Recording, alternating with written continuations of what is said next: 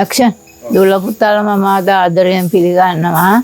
මම අද කියලා දෙන්න යන්නේ මසාලා තේ එකක් හදා ගන්නවා ඉදි. ඒකට වුවමනා දේවල් මොනවද කියලා බලමු. මසාලා තේ ප්‍රතිශක්තිය වඩවන හොඳ පානයක්. අපි එන මේකට අවශ්‍ය දේවල් මොනවද කියලා බලමු. තේ දෙකක් හදනවා. මේ දෙන්නෙකුට අවශ්‍ය ප්‍රමාණය තමයි මේ අරගෙන තියෙන්නේ. තේ කොළ තේ හැඳි 2යි, කිරිපිටි තේ හැඳි 6යි, සීනි තේ හැඳි 6යි, එන්සාල්ලට 3යි, කුරුඳු කැබැල්ලක්, ඉඟුරු කැබැල්ලක්, මේ කරාබු නැටි 4ක්. අපි එනන් තේ එක සදා ගන්න ආකාරය බලමු. අපි මැටි මුට්ටියක තිබ්බට තේ හදන්න වතුර ඕගොල්ලෝ මැටි මුට්ටියකටම තියන්න ඕනේ නැහැ. කේතලෙත් පුළුවන්. අපි මේ තේ එක සැදීම සඳහා මුට්ටියට කුරුඳු පොතු කෑල්ලක්, එනසාල්ලට 3ක්, දලාගත් ඉඟුරු, කුරුඳු කරාබු නැටි 4ක් දාලා මේ වතුර එක නටනකන් ඒවත් තැම්බිලා නටනකන් ලිපේ තියන්න ඕනේ.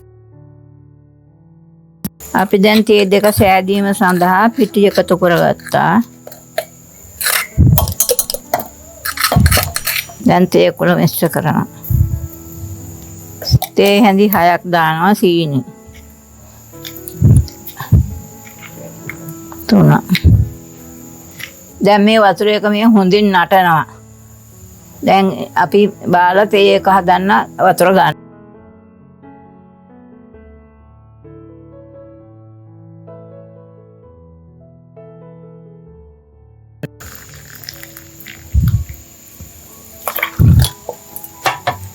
නටපු වතුර මේ පිටියකට අපි එකතු කරගත්තා.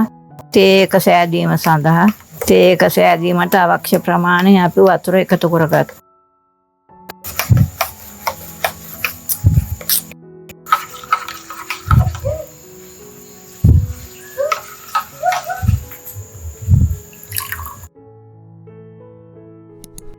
මෙන්න මේ විදිහට තේ එක පෙරා ගන්න.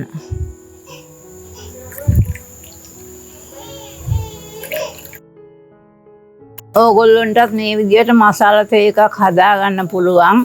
මේ විදිහට තේ එකක් හදලා ඕගොල්ලෝ බොන්න ගුණනුත් වැඩි, රසනුත් වැඩි. කොරෝනා ප්‍රතිසත්‍යකරණයටත් හොඳයි. මේ වගේ තවත් රසබර වීඩියෝ කටයකින් දුවලා පුතාලා පසුව හමු වෙමු. දුවලා පුතාලාට බුදු සරණයි දෙවි පිහිට.